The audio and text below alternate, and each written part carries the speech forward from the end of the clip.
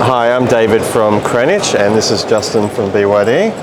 Thanks for coming today. I'd just like to ask a few questions about your battery. Yes, So what are some of the advantages of the system here for installers and also customers as well? Okay. Firstly, the advantage for the customers, we use our BYD batteries, residential batteries with Fronius Inverters, because we have the really good reputation in Australia, and we already here for more than 10 years, and our battery very reliable. And talk about the safety, we are the most safety manufacturing in the world. So we are in this battery manufacturing in more than 30 years. Fantastic. So we focus on the factory, we focus on the safety of our customer. We provide the high technology, the good quality battery for all over the world, especially for Australia. Okay, great. Tell us a bit how this system would fit into, say, C&I customers. Okay, so the most popular system is the GEN 24 10 kilowatt inverter. That means it can fit for your peak load of 10 kilowatt on your house.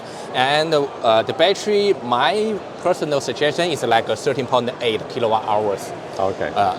Or maybe we can up to 20 kilowatt hours for the whole for the house residential use, and it works with 10 kilowatt inverter. That means you have at least 1 hour and to 2 hours backup.